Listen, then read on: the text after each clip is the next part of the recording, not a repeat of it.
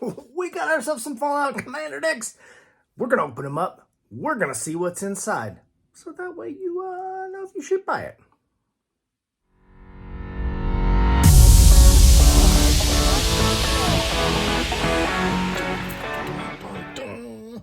Hey everybody. We are starting with Mutant Menace from the Fallout decks. I figured I would pick this one because this is probably my least favorite colors. Just personally. You guys been watching enough. You know I'm not like, I love the blue. So, color-wise, we will go from least favorite to favorite. See if that, I don't know, keeps the deck opening exciting. All kinds of stuff in here. Got our little things. We got our little mutant little pop outs. Of course, we got the deck box. Got a little info sheet with our wise Mothman. Of course, with the little rules and blah blah blah, yakety schmackety.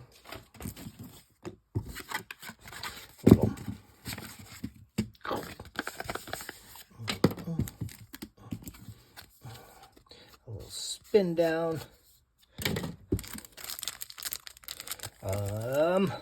It's the first box, so we'll open our pack. After that, we'll put it in the box of stuff to give away. I swear, we're coming up. We got some ideas. We're coming up. We'll do something with it. But let's see what it is. First one, right? Boom! Coolest cards ever discovered. So we got Mr. House, President and CEO. Whenever you roll a 4 or higher, create a 3/3 colorless robot artifact creature token. If you rolled 6 or higher, instead create a token and treasure token. 4, tap, roll 6-sided dice, plus an additional 6-sided dice for each mana from treasure spent to activate this ability. Boom. And then we got an Alpha Deathclaw, Menace Trample. Alpha Deathclaw enters the battlefield or becomes monstrous. Destroy target permanent. Boom, there's a little bonus card. Stick them over there. We'll throw our things on top.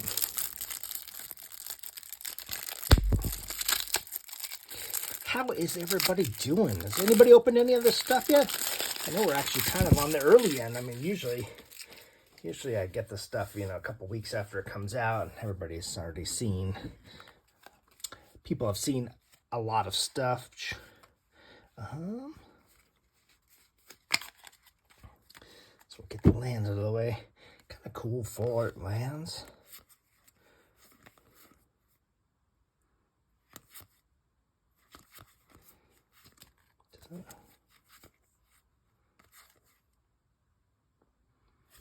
Very cool. Always liked full art lands. Oh, there's our hard card. We've got some tokens, zombie mutants, aliens, radiation. Another one of those. A little popular mechanics. Like the magazine, Popular Mechanics. It's funny.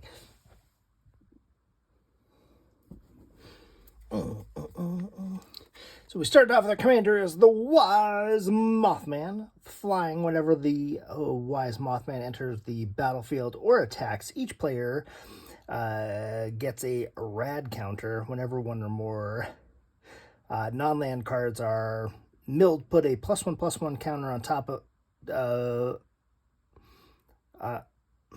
+1/+1 on each of up to X target creatures, where X is the number of non-land cards milled this way. And then our backup is the Master Transcendent. So he's a artifact creature mutant. When the Master Transcendent enters the battlefield, target player gets 2 rad counters. Put target creature card in a graveyard that was milled this turn into the battlefield under your control. if it's a green mutant with base power and toughness 3/3, it loses its other colors and creature types. Okay, kind of cool. I think most of this stuff is new. So we got Vexing Radgull. Flying whenever Vexing Radgull deals combat damage to a player, that player gets 2 rad counters on it if they don't have any rad counters. Otherwise, proliferate. Choose any number of permanents and or players and then give each another counter of each land type already. Oh, that's proliferate. I was explaining what rad counters were. Bloatfly Swarm. Enter the battlefield with 5++1 counters on it. Oh, that's pretty good. Damage would be dealt to Bloatfly Swarm while it has +1 counters on it. Prevent that damage, remove that many +1/+1 counters from it. Then give each player a rad counter for each +1 counter removed this way. Infesting Cockroach. Oh, Radroach, sorry. Infesting Radroach can't block. Whenever Infesting Radroach deals combat damage to a player, they get that many rad counters. Is rad like infect? What do we... Yeah, so I guess rad counters are a new type of counter players can have. A player with a rad counter mills that many cards on their turn, loses life based on the number of non-land cards milled that way, and then loses a rad counter. The Wise, Mothman, and the Master transition to both give rad counters, then benefit in unique ways from the cards milled. So yeah, that's kind of cool. Now I know. I was wondering, everything's like said rad counters. I was, what? I'm not even sure what that is. Boom. Cathedral Acolyte. Each creature you control with a counter on it has Ward 1. Put a +1/+1 counter on target creature that entered the battlefield this turn. Oh, that's pretty good. Glowing One, Death Touch. When Glowing One deals combat damage to a player, they get 4 rad counters. Whenever a player mills a non-land card, you gain 1 life. Oh, this is super like a mill deck. That's fun. I might have changed my mind, man. This is not like control blue. This is mill blue. Much, much better. Lumbering Masloth. Mega Sloth. Oh my goodness. I apologize for my reading skills. It is late at night.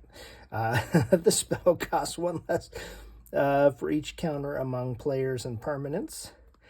Yeah, if you're putting rad counters on everything and then you give them +1 counters, you could get this out. Just a few turns. You get it out for like 2, 3, 4. Lumbering Mega Sloth enter the battlefield tapped. Contaminated Drink, draw X cards, then you get half X red counters rounded up. Nightkin Ambusher. When Nightkin Ambusher enters the battlefield, target player gets 4 rad counters. Ward 2. Rawl, Troubleshooter. Once during each of your turns, you may cast a spell from among cards in your graveyards that were milled this way. Each player mills a card. Young Deathclaws. Menace. Each creature card in your graveyard has a scavenge. The scavenge cost is equal to the mana cost.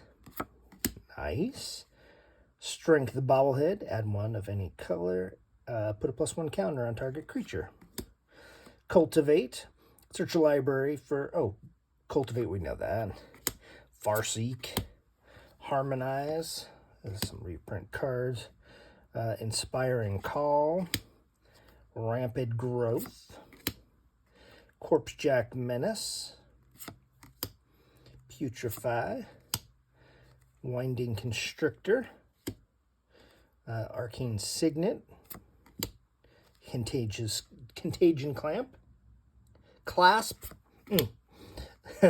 I do cards I know, and I still can't read them right. Soul Ring, Talisman of Curiosity, Talisman of Dominance, Talisman of Resilience, Ash Baron, Command Tower, Evolving Wilds, the usuals.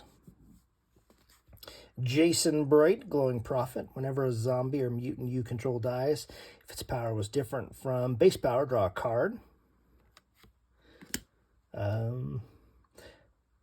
Mirelurk Queen, Crab Mutant, nice. When Mirelurk Queen enters the battlefield, target player gets 2 rad counters. Whenever one or more non-land cards are milled, draw a card, then put a +1/+1 counter on Mirelurk Queen. This ability triggers only once each turn. Piper Wright. Whenever Piper deals combat damage to a player, investigate that many times. Nice.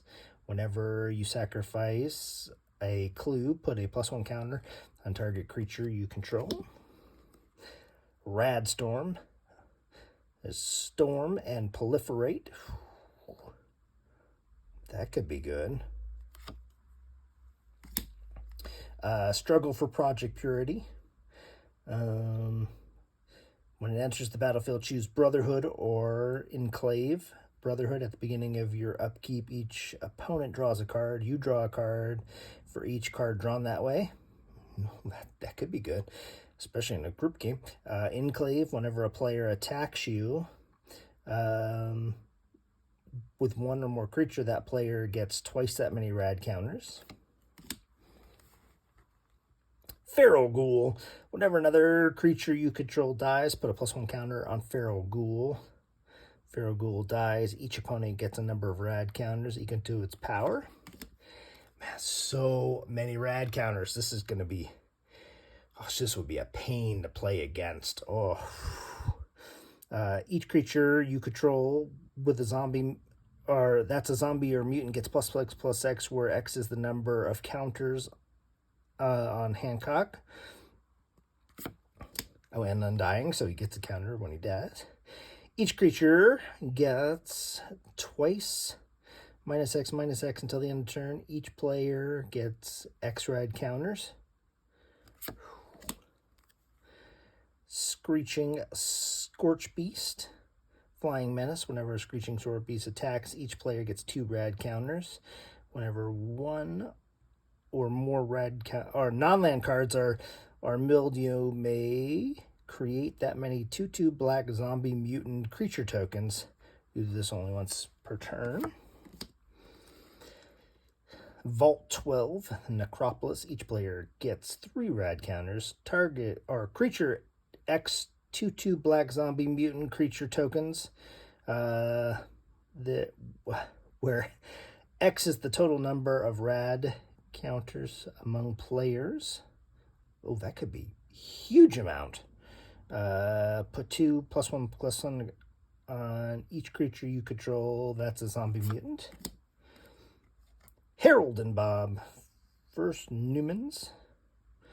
When Harold and Bob dies, if it was a creature, return it to the battlefield. It's an aura enchantment with Enchanted Forest. Has add 3 mana of any one color. You get 2 rad counters. Whew. Like, you're giving yourself a lot of rad counters too. Lily Bolin, Raging Grandma. That's kind of Lily Bowen enters the battlefield with 2 +1 counters on it at the beginning of your upkeep. Double the number of +1 counters if the power is 16 or less. Otherwise, remove all but 1 +1 counter from it, and then you gain 1 life for each +1 counter. Remove this way. So it's bigger, bigger, bigger, bigger. Small, but you gain life. Power Fist. Equipped creature has trample, and whenever this creature deals combat damage to a player, put that many +1 counters on it. That's kind of nice too. Rampaging Yao Guai. 2/2 Bear Mutant. Vigilance Trample. Rampaging Yao enters the battlefield with X/1/1 counters on it. When Rampaging Yao enters the battlefield, destroy any number of target artifacts and enchantments with total mana value X or less. Okay. Strong, the Brutish Thespian. Whenever Strong is dealt damage, you get 3 rad counters and put 3/+1 counters on Strong. You gain life rather than lose life from radiation. That's for the rad counters. That's the card right there that turns it all around. Tau Farmer. Whenever land enters the battlefield under your control, you may get 2 rad counters. Put target land card in a graveyard that was milled this turn onto the battlefield under your control, tapped. Watchful Radstag evolve, and then whenever Watchful Radstag evolves, create a token that's a copy of it. Agent Frank. Trample has indestructible as long as it attacked this turn. When Agent Frank enters the battlefield or attacks, proliferate twice. So basically an indestructible 6/8 for 7. Not bad, not bad. Alpha Deathclaw, Menace Trample. When Alpha Deathclaw enters the battlefield and becomes monstrous. Oh, hey, bringing monstrous back. I like that. That was old Theros thing, right? Atomize, destroy target non-land permanent and proliferate. Marcus, Mutant Mayor. Whenever a creature you control dies or deals combat damage to a player, draw a card. That creature has +1/+1 counters on it. If it doesn't, put a +1 counter on it. Mutation Advantage. Permanents you control with counter on them gain hexproof and indestructible until the end of turn. Prevent all damage that would be dealt to those permanents and proliferate. Vault 87. Gain control of target non-mutant creature. Put a +1 counter on target creature you control. Draw a card. Draw cards equal to the greatest power among mutants you control. A Nuke launcher. Equip +3. Whenever equipped creature attacks until the end of defending player's next turn, that player gets 2 rad counters whenever they cast a spell. Recon Craft Theta. Flying. When Recon enters the battlefield, create a 0/0 blue alien creature token, put a +1/+1 counter on it. Oh, that must have been those alien tokens we saw. Mariposa Military Base. Man, I can't believe how much new cards are in here. You may have Mariposa enter the battlefield tapped. If you do, you get 2 rad counters. Overflowing Basin. Verdescendant Bog. Fraying Sanity. Okay, there we go. Inexorable Tide. Branching Evolution. Guardian Project. Hardened Scales. Tireless Tracker. Biomass Mutation. I actually kind of like the picture on that. Casualties of War. Find and Finality. Darkwater Catacombs. Drowned Catacombs. Exotic Orchard, Fetid Pool, Hinterland Harbor, Nesting Ground, Sunken Hollow, Temple, Woodland Cemetery, Mortuary Mind, Opulent Palace, Path of Ancestry, Tainted, Temple of the False God, and Terramorphic Expanse.